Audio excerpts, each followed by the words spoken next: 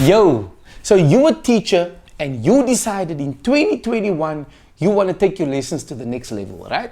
You want to add more spice, you want to add more flavor, you want to add more creativity because you want to engage your learners on a different level and in a different way, you know? And creativity is always good for that.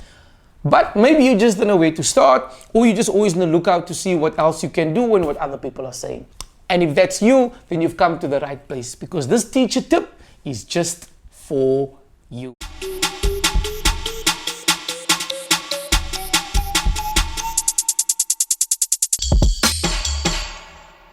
What's happening, everybody? This is Kurt Manaria, teacher, dancer, creative, and I've been operating this space for well over a decade now. I'd just like to welcome you to the first teacher tips video. But just before we get started, let us dig into why teacher tips and why this is so important.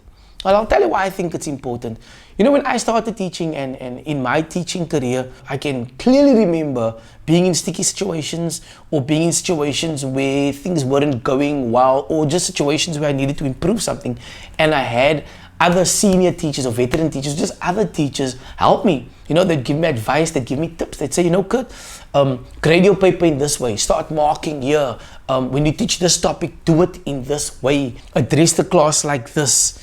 Don't do this, do this. And I can clearly remember how that helped me. You know, it improved my practice, it boosted my confidence as a teacher, and it just made teaching so much more fun. And that's what this is all about. I'm going to share some tips with you, advice, and not just from me, from other teachers and other practitioners, but also I'd like to share with you my experiences and just share with you the mistakes that I made, because there is no need for you to make the same mistakes that I made, right? We have to pay it forward, and the sooner we start sharing and engaging in this way, the stronger we're going to become and the better it's going to be for our schools, for our communities, for the learners and for the country. So let's get into the first teacher tip. And this one is on the surface pretty simple, but it gets, you know, it needs work, it needs constant work as you move forward, and this is it.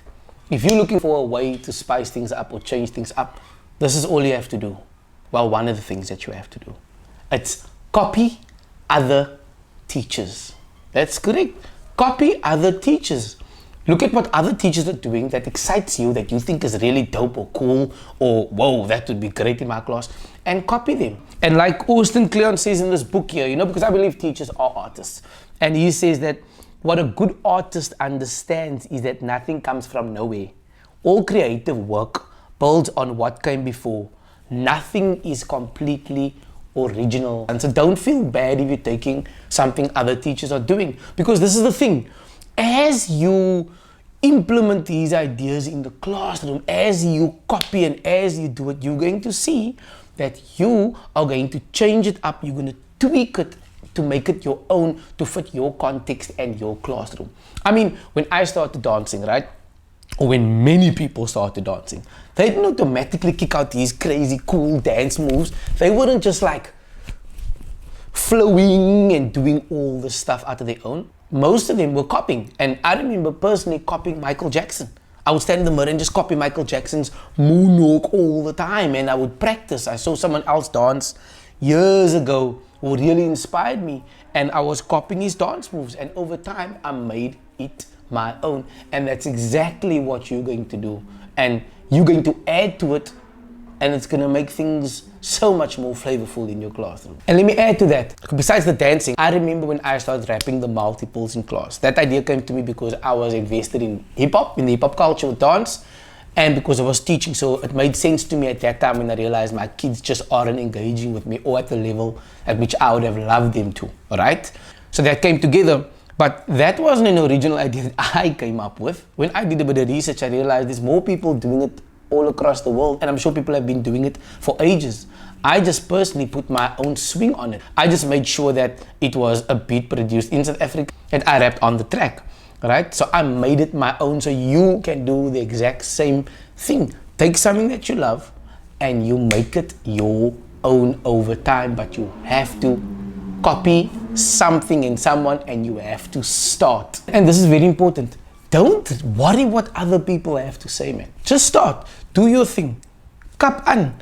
When other people are looking, because you're going to see at some point when you start changing things up and the class is more engaged and becomes more exciting, other teachers are going to look and all they might talk. It happened to me. Some were supportive and others weren't, but that's just life. In every area of life, that's going to happen. So don't worry what other people have to say. You just keep going and don't be too hard on yourself. You start off with one idea, you make it happen, you make it yourself. It works, then you try something else. So this becomes a continuous cycle, like they say.